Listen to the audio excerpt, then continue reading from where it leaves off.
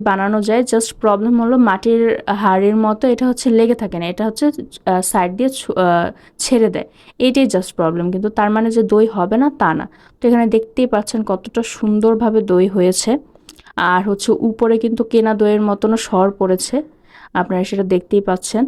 আর খেতে তো মাশাল্লাহ অনেক মজা হয়েছে। তো গরমের মধ্যে এরকম হোমমেড দই হলে কিন্তু খুবই ভালো লাগে, এটা দিয়ে যে কোনো কিছু সকালের ব্রেকফাস্ট থেকে শুরু করে যে কোনো কিছুই কিন্তু খাওয়া যেতে পারে। তো বিকালে আমি হচ্ছে এই দই দিয়েই সবার জন্য লাস্সি মেক করেছিলাম।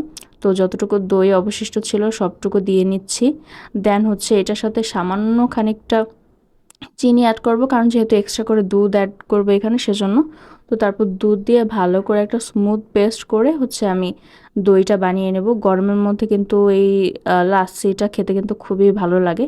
তো আশা করছি আজকের এই ছোট্ট ভিডিওটি আপনাদের সবার ভালো লেগেছে। যদি ভালো লেগে থাকে তাহলে অবশ্যই লাইক শেয়ার করবেন। আর